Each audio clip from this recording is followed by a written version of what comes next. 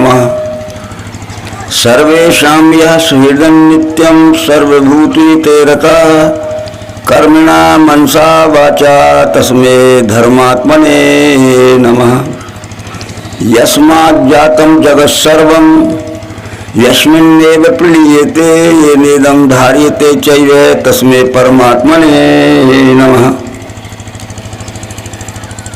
उपस्थित सभी स्थानीय और क्षेत्रीय ग्रामों से आए हुए अभिनाथ समूह पुण्यवान भाइयों बहनों, आज का प्रसंग है समुद्र मंथन।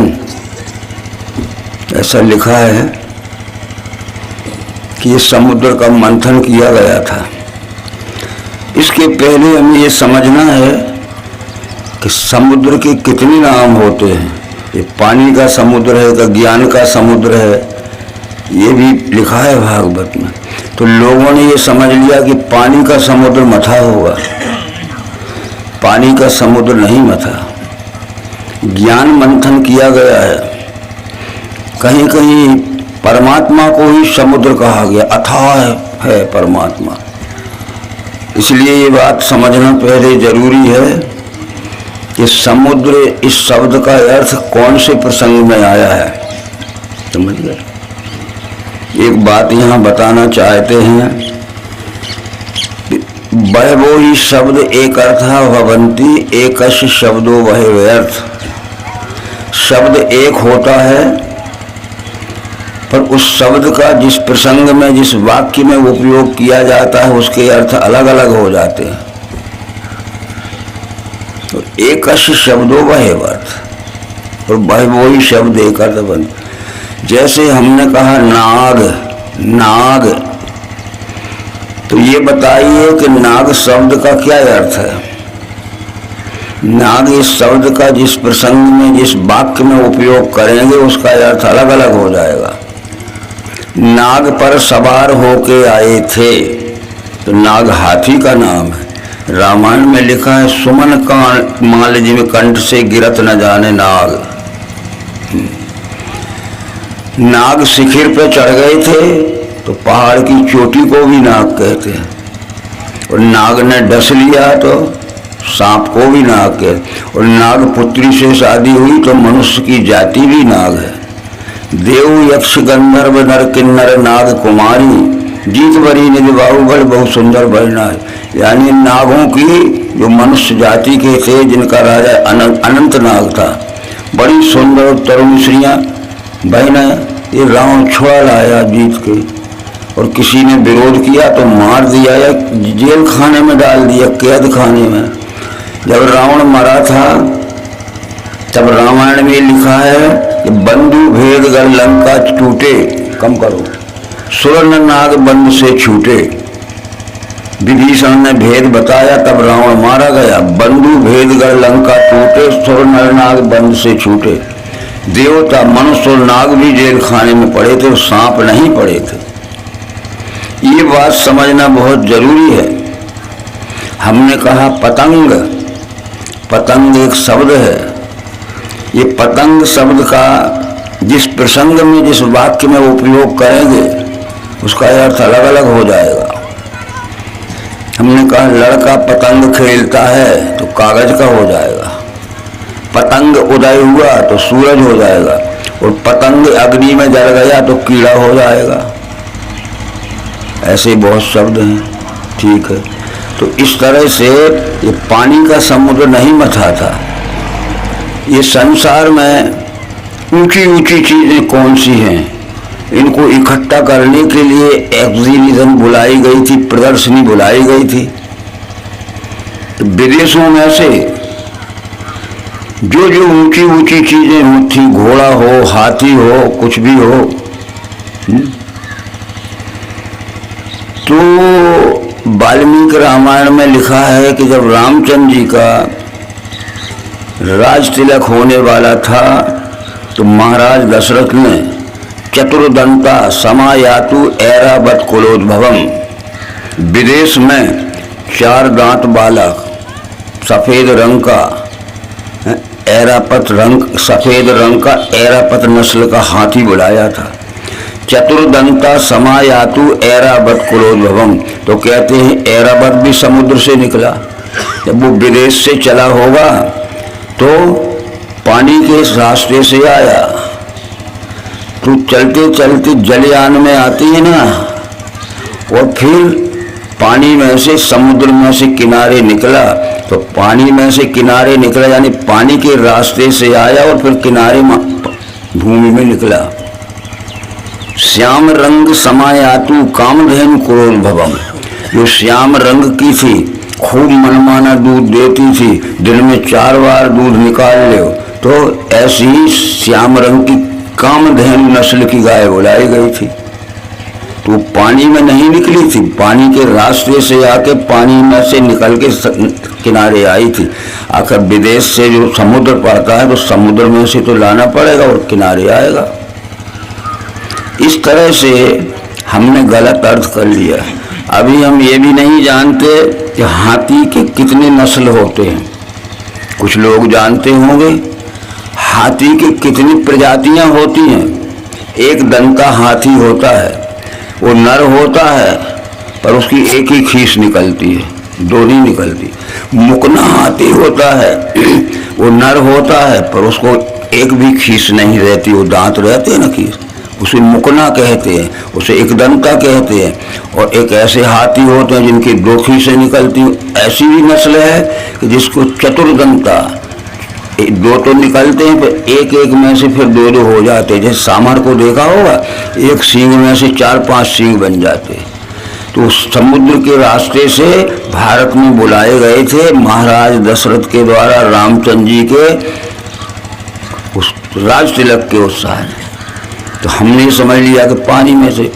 हमारे देश में अच्छी नस्ल का घोड़ा नहीं था। उच्चे श्रवा मुझे जानो अश्वों में अमृत भव। उच्चे श्रवा वो अरब देश जो है, अरब देश के जो अच्छे ऊंची नस्ल के घोड़े होते हैं वो अरब देश से आए थे। पर अरब देश से यहाँ आने में समुद्र मार्ग से आएंगे और समुद्र में से अब किनारे उतरेंगे भारत में। हमारे देश में एक ऐसा समय आया कि सबसे ज्यादा दूध देने वाली गाय जर्सी है इस समय। तो जर्सी आकाश से आई थी। आकाश से आई थी का ये मतलब है कि हॉलैंड देश में, विलायत में उसकी नस्ल बनी थी। जब वहां से भारत में लाई गई तो हवाई जहाज पर चढ़ा के बुढ़ा के लाए और भारत में उतर ली। तो आकाश मार्ग से आई कि आकाश में कोई गौशाला है। ये विचार छोड़ दीजिए। देश विदेश से ऊंची नस्ल की चीजें बुलाई थी राज तिलक के उत्सव में, फिर वो राज तिलक नहीं हुआ, इत्यादि इत्यादि बातें। जो भैया जो आएंगे आप बैठा लेना टाइम से, ठीक। फिर दूसरी बात आती है, जो बात आती है इस समय में हमारे देश। सुनिए आप लोग, ध्यान लगाइए। तो बैठा ली, उनको बैठा लो आदर से, वो चले गए, ठीक है। इस तरह से अनेक चीजें ऐसी हैं जो देश विदेश से आती हैं और कुछ आज हवाई जहाज से लाते हैं और आकाश मार्ग से आके अपन धरती में उतार लेते। तो आकाश में कोई गौशाला नहीं बनी है। उसी में से बहुत सी चीजें निकली। विदेश से बहुत सी चीजें आती हैं, कोई आकाश मार्ग से आती हैं वायुयान के द्वारा अपने धरती में उतरती हैं, कोई जलयान से समुद्र मार्ग से आके उतरती।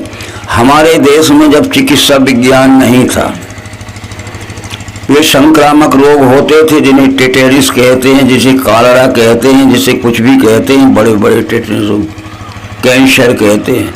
अपने देश में उनका कोई इलाज नहीं था, जिसे स्मॉल पॉक्स कहते, बड़े बड़े फुक्के वाली माता निकलती थी।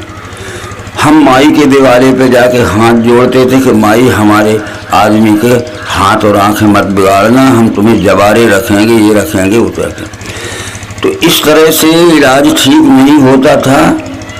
तो ये भरद्वाज वंशज भाव प्रकाश नाम के ग्रंथ में लिखा है कि तुम्हें जवारे रखेंगे, ये रखेंगे, वो रखेंगे। तो इस तरह से इलाज ठीक नहीं होता था। तो ये भरद्वाज वंशज भाव प्रकाश नाम के ग्रंथ में लिखा है कि भरद्वाज वंशज एक आदमी को स्वर्ग में भेजा गया कि तुम स्वर्ग में जाओ, जिन रोगों के कारण का हमें पता नहीं है वहां से सीख के आओ। तो स्वर्ग में गया, हमने समझ लिया। तो उस किताब में लिखा है हिमालय पृष्ठभूमि स्वर्गा। हिमालय के पहले पहाड़, जो बहुत ऊंचा पहाड़, उसके पहले तरफ की जो भूमि है वो मध्य एशिया है। वो कला कौशल से संपन्न था, सब प्रकार के आविष्कार थे। तो भरद्वाज वंशज एक व्यक्ति को स्वर्ग भेजा गया। तो उसमें लिखा है हिमालय पृष्ठभूमि स्वर्ग। हिमालय के पहले तरफ की भूमि जो है वो सब प्रकार के कला कौशल संपन्न थी। तो चिकित्सा विज्ञान समझने के लिए भेजा। कोर्स था 2 वर्ष का, उपाधि मिलती थी धन्वंतरी की। जब 2 वर्ष उसने पढ़ लिया तो परीक्षा दी, परीक्षा में पास हो गया अच्छे नंबरों से, तो उसको धन्वंतरी उपाधि मिली। धन्वंतरी जब उपाधि मिली तो उस समय गुरु शिष्य से कुछ मांगता नहीं था। आज तो गुरु पहले ठहराव कर लेते हैं। उपाधि क्या मिल गई? धन्वंतरी उपाधि रहती, उपाधि मिलती। तो जब धन्वंतरी अपने देश को लौटने लगा तो उसने गुरुजी से कहा कि गुरुजी क्या सेवा करूं। गुरु नहीं मांगते थे। तो उनके गुरुजी ने कहा कि मुझे कुछ नहीं चाहिए, आयुर्वेद पठस्त्वं तुम लोकोपकार हेतुवे सर्व प्राणी दया तीर्थ सर्वलोकित महामकार। मैंने तुम्हें चिकित्सा विज्ञान पढ़ाया है। जो रोगों का पता नहीं था तुम्हारे देश को, उन देशों के क्या है निदान समझाए हैं, लक्षण समझाए हैं, डायग्नोसिस और सिम्टम्स समझाए हैं, उनकी दवाइयाँ बताई हैं। इसलिए जब ये चलने लगा धन्वंतरी उपाधि पाके भरद्वाज वंश का आदमी, तो उसने कहा गुरुजी क्या सेवा करूं? तो उन्होंने कहा कि आयुर्वेद पठस्त्वं तुम लोकोपकार हेतुवे सर्व प्राणी दया तीर्थ सर्वलोकित महामकार। मुझे कुछ नहीं चाहिए, बड़े बड़े संक्रामक रोगों से जो दवा करके उनको आरोग्यता दोगे, बीमारी से छुड़ाओगे, तो तुम्हें तीर्थों के समान और महायज्ञों के समान लाभ होगा। इसलिए मुझे कुछ नहीं चाहिए, ये निःशुल्क दवा करना, तुम निःशुल्क दवा करना। तब धन्वंतरी जब वहाँ से चला, हिमालय पार से चीन के रास्ते से आया, तो स्टीमर में अगन बोट में पानी के जहाज से चल के आया। और कार्तिक वद 13 के दिन पानी में से, समुद्र में से भारत के किनारे निकला। इसलिए लोग कहते हैं कि धन्वंतरी भी समुद्र में से निकला। अरे चलेगा तो चलेगा उसका पानी का जहाज और उसमें बैठ के, पर कार्तिक वद त्रयोदशी के दिन समुद्र में से, पानी में से भारत की तो समुद्र में से तो निकला गया, समुद्र में पैदा हुआ था वो। इस तरह से हमने सब गलत समझ लिया। ऐसे 14 रत्न निकले थे, जीवित भी निकली, कोई रंभा निकली, कोई मनुमेनका निकली, कुछ धन्वंतरी निकले, कुछ निकले। तो इस तरह से समुद्र मंथन, ये विश्व ही समुद्र है। इसमें ऊंची ऊंची चीजें आज भी मंथन होती है। जैसे हम एक प्रदर्शनी लगाते हैं, कहीं कोई भी प्रदर्शनी लगाई जाए, गोभी के फूल की लगाते हैं तो बहुत कितनी इतने बड़े आते हैं, दूसरे जगह से आते हैं, दूसरे प्रांतों से भी आते हैं प्रदर्शनी में। तो फिर रेलगाड़ी पर रख के लाएंगे तो कहेंगे वो गोभी का फूल रेलगाड़ी से आया, पर वहाँ से आएंगे तो रेल में रख के लाएंगे और प्रदर्शनी में रखेंगे। पानी में से नहीं निकले सब। तो समुद्र मंथन का मतलब है ये विश्व ही समुद्र है। ऊंची ऊंची नस्ल की ऊंची ऊंची चीजें जो हैं वो देश विदेश से बुलाई गई थी और उस समय निष्क्रियता से काम हो रहा था। तो इस तरह से ये सारी बातें थी। तो आज भी धन्वंतरी जयंती हम कार्तिक वद त्रयोदशी को मनाते हैं, 13 को मनाते हैं, कार्तिक की कृष्ण पक्ष की 13 को। दूसरी बात ये आई कि ये छोड़ दीजिए कि न पानी में कोई गौशाला बनी है, न पानी में कोई हाथी पैदा होते, न पानी में कोई आदमी पैदा। ये पानी के रास्ते से आके जमीन में उतरे देश में हमारे। ये भागवत को पढ़ के अच्छी तरह समझ लेना। और इसके मनगढ़ंत अर्थ अनर्थ हम करते गए और जो हम समझदार नहीं थे हम मानते गए। उसके गाना भी बनते गए, ढोलकी भी बजती गई और नाचने गाने भी लगे और ज्ञान भूल गए। तो अर्थ बिना पोथी, दीपक बिना बाती और आचरण बिना भक्ति, बुद्धि है ओछी बिहरते अहंकार। पोथी तो पढ़ते हो पर अर्थ नहीं जानते। अर्थ बिना पोथी, दीपक बिना बाती, दिया तो है और तेल है पर बाती नहीं है तो काय को उजेड़ हो जाए। और आचरण बिना भक्ति, हम नाना प्रकार के बाल बढ़ाए हैं, सिर घुटाए हैं, तिलक लगाए हैं आदि आदि, पर आचरण नहीं करते हैं, ठगों जैसा व्यवहार करते हैं, छल कपट का। तो जो आचरण नहीं करता और भक्त बनना चाहता तो उसकी बुद्धि पशुओं के समान है, उसको मनुष्य बुद्धि बनाना चाहिए, विवेक बुद्धि बनाना चाहिए। ये मथा समुद्र नारायण ने 14 रत्न लिए निकला है। दूसरी बात ये थी, भागवत के 8 स्कंद तक का आज हम वर्णन करेंगे, कल से 9वां स्कंद होगा और 10वें स्कंद में परसों से कृष्ण जी का जीवन चरित्र हो जाएगा, तो 12 स्कंद तक जाएगा। उसमें ये हुआ कि देवों और दानवों में हमेशा युद्ध होता था, राक्षसों में और सज्जनों में। देव कहते हैं भक्ति से और सदाचार से और ईमानदारी से चलने वाले व्यक्ति, देवी संपत्तिवान, देवी स्वभाव वाले जो महात्मा पार्थ वे मुझे अनन्य भाव से सेवें आदि अव्यय जान के। देवी स्वभाव वाले उन्हें कहते हैं जो विश्वरूप परमात्मा को जानते हैं और विश्वरूप परमात्मा के साथ सच्चाई के साथ सेवा में व्यवहार करते। और ढका है ज्ञान माया से आसुरी वृत्ति हो चुकी, ये नराधम दुराचारी मूर्ख को नहीं बने, वे इस संसार को ठगते हैं। तो देवों और दानवों में हमेशा युद्ध होता था। वो दानव तो जीत जाते थे, देव हार जाते थे, सैकड़ों बार युद्ध हुआ देव दानव। ये भागवत में 8वें स्कंद में लिखा हुआ। जब ये सोचा गया कि हमारे पास भी धन बहुत है, हथियार बहुत हैं, खाद्य सामग्री बहुत है, संगठन भी बहुत है, और जब हम युद्ध करते हैं तो दानव जीत जाते हैं राक्षस, और हम देवी संपत्तिवान हार जाते हैं। सबने मिलके सोचा कि कारण का पता चलाओ, तो बोले भगवान विष्णु के पास चलो। एक कश्यप जी के पुत्र थे। जब भगवान विष्णु के पास गए तो उनसे कहा कि हमारी एक समस्या हल कर दो। सैकड़ों बार युद्ध हो गया, हमने खूब हथियार इकट्ठे किए, खूब खाद्य सामग्री इकट्ठी की, खूब संगठन बनाया फौज का, खूब ट्रेनिंग दी, और लड़ाई हुई तो वो दानव जीत गए, हम हार गए। तो विष्णु भगवान कहते हैं कि हंत ब्रह्मन अहो शंभो हे देवा मम भाषितम सुनु ताव हिता सर्वे से अवास तथा सुरा।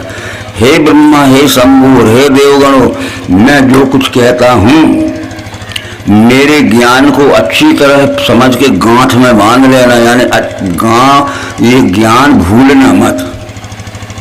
हंत ब्रह्मन हो शंभो हे देवा मम भाषितम श्रुताव हिता सर्वे, सुनो मैं तुम सबके हित की बात कहता हूँ। अरे वो अपनी संदेह सत्कार अर्थ गौरवे, अभी जाके तुम अपने शत्रु दानों से हाथ जोड़ के नमन करके संधि कर ले और कहना अब हम कभी नहीं झगड़ेंगे, तो वो निर्भय हो जाएंगे कि ये हमेशा के लिए हार गए। और गुप्त रूप से खूब तैयारी करना, पहले से जब चौगनी तैयारी हो जाए तो तुम लड़ना मत। सहायान मया देवा, फिर आके मेरी सलाह और फिर लेना। जब चौगनी तैयारी हो गई, पहले से हथियारों की, खाद्य सामग्री की, फौज का संगठन ठीक है, तो फिर विष्णु भगवान के पास गए, हमारी चौगनी तैयारी हो गई, पहले से चौगनी हथियार, चौगनी फौज और चौगना खाद्य सामग्री सब कुछ है, ठीक है। तो एक एक बात को पूछा विष्णु भगवान ने, पूछते पूछते सब बताया। अंत में विष्णु भगवान ने पूछा भागवत के 8वें स्कंद में कि छुआछूत मिटी के नहीं, बोले ये नहीं मिटी तो भगवान कहते हार जाओगे, नरम देहर, ये रखी भागवत। इतनी बात में हमारा संगठन टूट गया, एक संगठन हो जा। तो दरअसल में आज हम हारते क्यों जा रहे हैं? देखो, अच्छाइयाँ सबसे लेना चाहिए और कुरीतियां और बुराइयां खुद की छोड़ना चाहिए। आज हमारे देश में 3 प्रबल मत हैं, एक ईसाई है, एक मुसलमान, एक हिंदू है। ये 3 हमेशा झगड़ रहे हैं कि भारत पर कब्जा कौन कर रहा है। ठीक है, ठीक है, 3 प्रबल मत हैं। तो अच्छाइयाँ दूसरों की भी समझो। ईसा मसीह को हुए 2010 वर्ष हो गए, 2010 ईस्वी सन चल रहा है।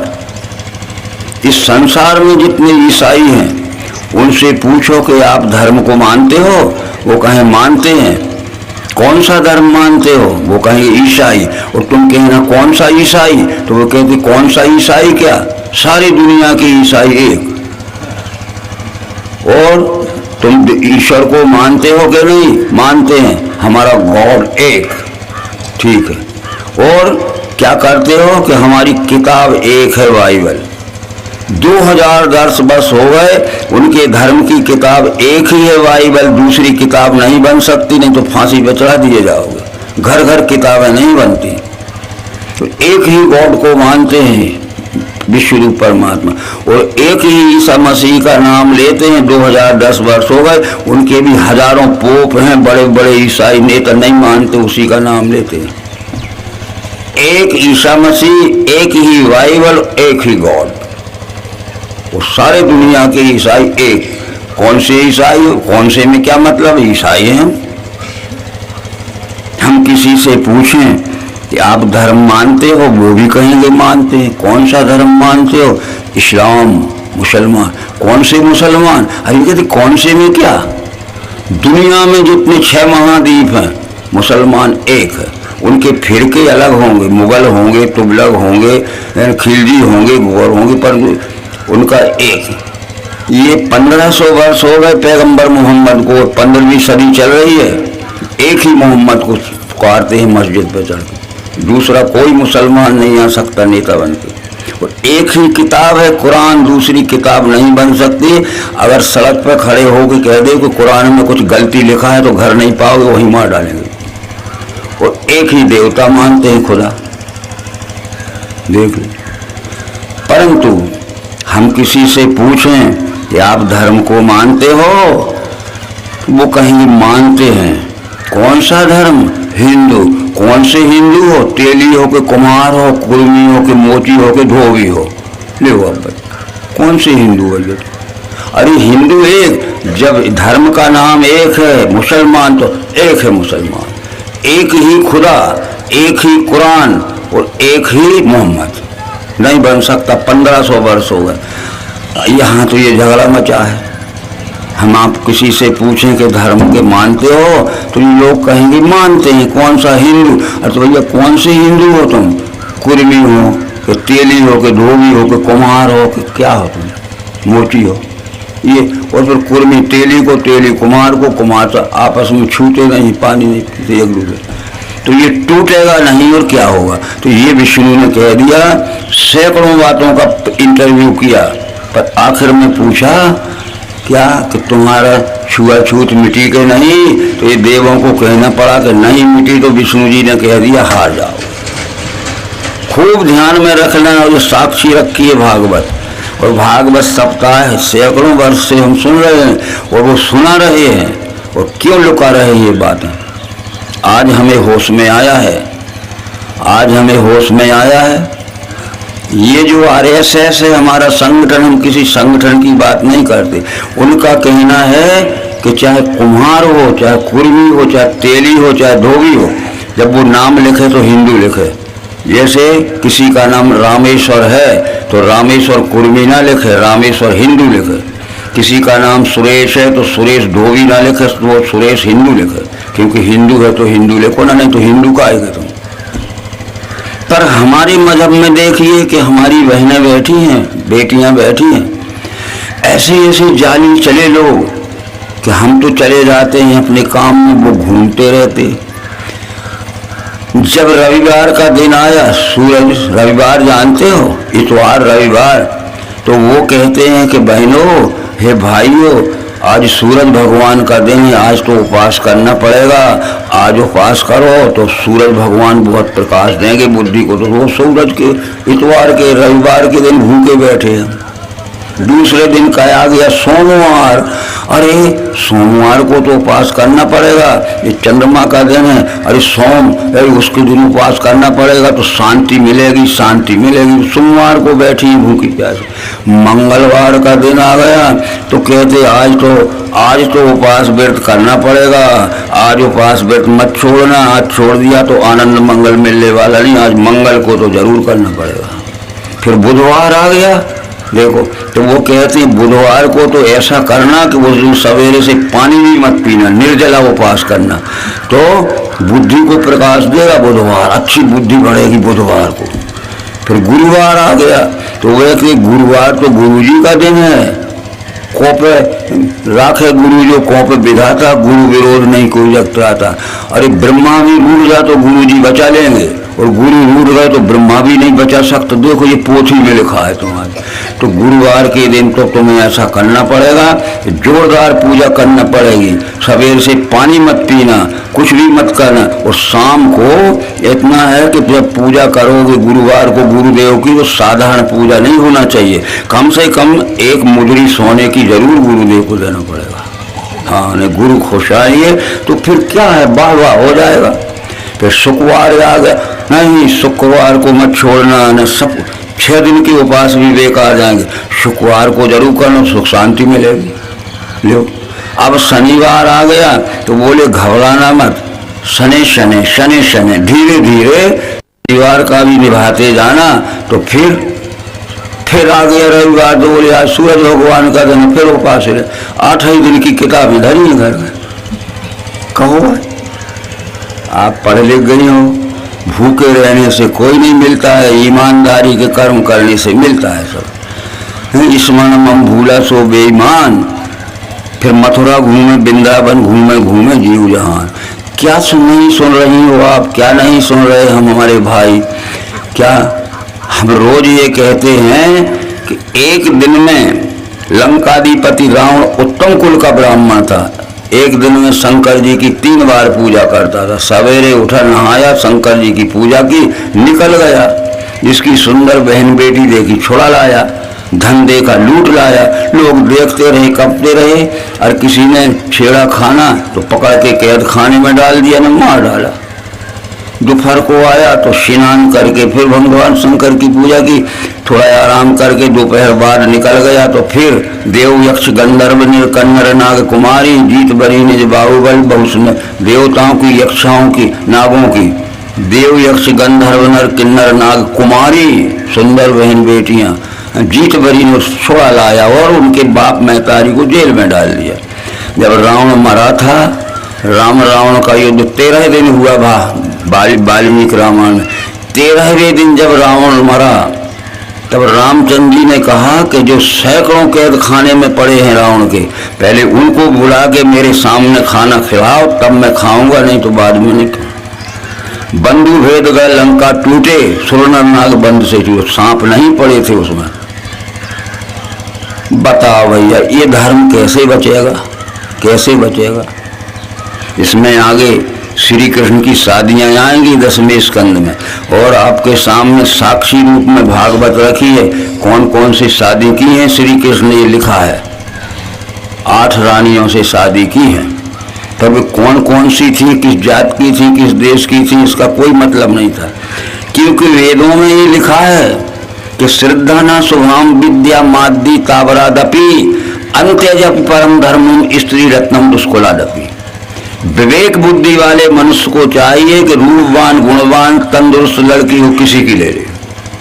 फिर ध्यान से समझ लेना ये कि हम आपको कुजात होना नहीं सिखा रहे समझ गए? देव यक्ष गण क्या श्रद्धा शुभाम विद्या माददी ताबरादपि अंत्यजपि परम धर्मम स्त्री रत्नम दुष्कुलादपि। ये श्लोक है वेद का। विवेक बुद्धि वाले मनुष्य को चाहिए कि रूपवान गुणवान और तंदुरुस्त लड़की किसी की हो ले ले, चाहे अरब की हो, चाहे वहाँ ऑस्ट्रेलिया की हो, चाहे अमेरिका की ईसाई की हो। तो पहले हम क्या करते हैं, जब बरग प्रीत मिलाते हैं तो रूप ही देखते हैं लड़की या लड़के का, क्यों? ठीक है ना।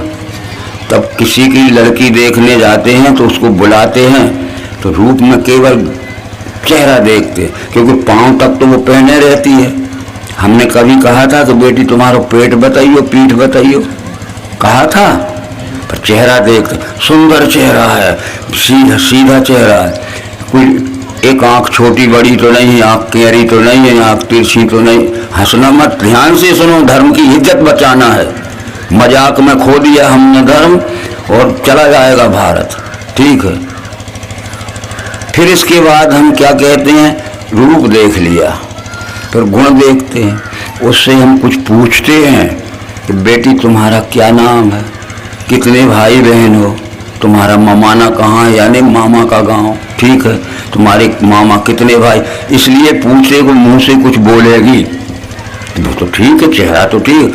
तो जब हम पूछते हैं कि क्या नाम है, तुम कितने भाई बहन हो, तुम्हारा ममाना क्या है, मामा कितने हैं, तो तू करेगी तो समझ लेना कि तुतलाती है, अब बरग प्रीत नहीं मिलेगा। साफ बोलना चाहिए, ये गुण बोलने का भी देखना पड़ेगा। फिर दूसरा गुण देखना पड़ेगा, जैसा कि वेदों में लिखा है, दूसरा गुण ये देखना पड़ेगा कि उससे पूछना पड़ेगा कि क्या पढ़ रही हो, हैं? वो कहेगी मैं हायर सेकेंडरी पढ़ रही हूँ। अरे तो हायर सेकेंडरी पढ़ के क्या करोगी?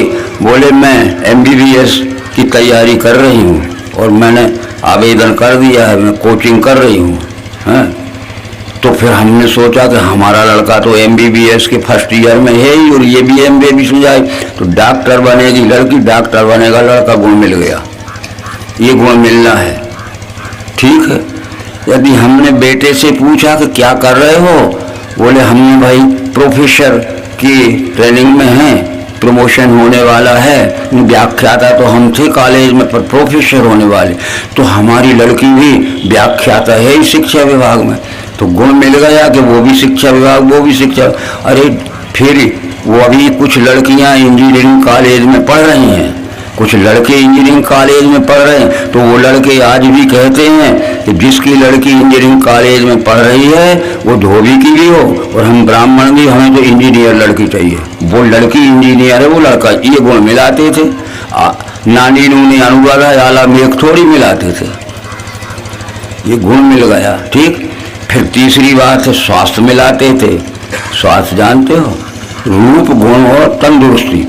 अब लड़का है मोटा, समझ गए, पतले शरीर का, और वो पुत्री है पतली पतली, और लड़का है 5.5 फुट का, 6 फुट का, और लड़की है 4.5 फुट की, वो तो ना मिला भैया। तंदुरुस्ती मिलाते थे, तंदुरुस्ती गुण और रूप मिलाते थे। तो ये अब हमारे लड़के नहीं मानेंगे। आप जहाँ बारीकी से देख लेना कि जहाँ स्पेशलिस्ट डॉक्टर लिखा हुआ वहाँ उसकी पत्नी का नाम भी डॉक्टर लिखा हुआ, उनसे पूछना कि तुम्हारी पत्नी तुम्हारी जात की है, तो वो कहते हाँ मैं डॉक्टर हूँ, डॉक्टर, ये तो हमारा गुण मिल गया। बोलो इसको आप गलत मत मानना, जो समझदार हैं ये श्रद्धाना सोहम विद्या मादी तावराती अंत जपि परम धर्मम स्त्री रत्नम दूसरा कला लो। और नहीं मानेंगे, हमारे लड़के कोर्ट मैरिज कर लेंगे, तुम बैठे रहना माँ बाप घर में बैठे। और होने लगा ऐसा हमारे देश में 30% हो जाओ। ये गुण नहीं है, ये नकली गुण है, वेद के विरुद्ध चले हैं। तो तुलसीदास ने लिखा चले कुपंथ वेद मत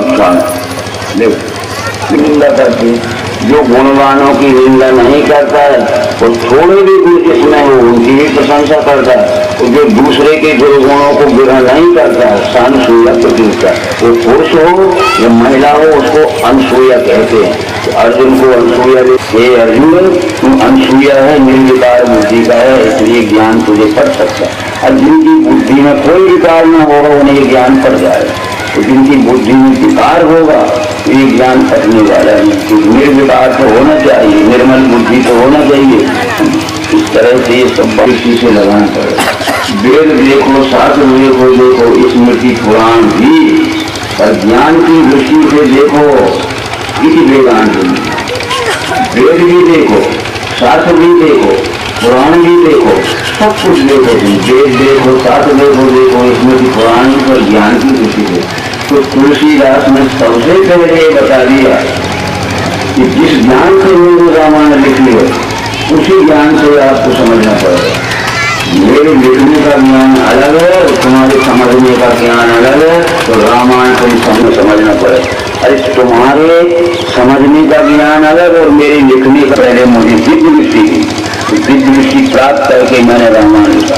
श्री गुरुपद लक्ष्मणगण ज्योति समर्थ दिव्य दृष्टि होती चरण मोह तम सोचु प्रकाशु विषम दोष दुख भोरणी उग्रणी विमल विलोचन दिए थे।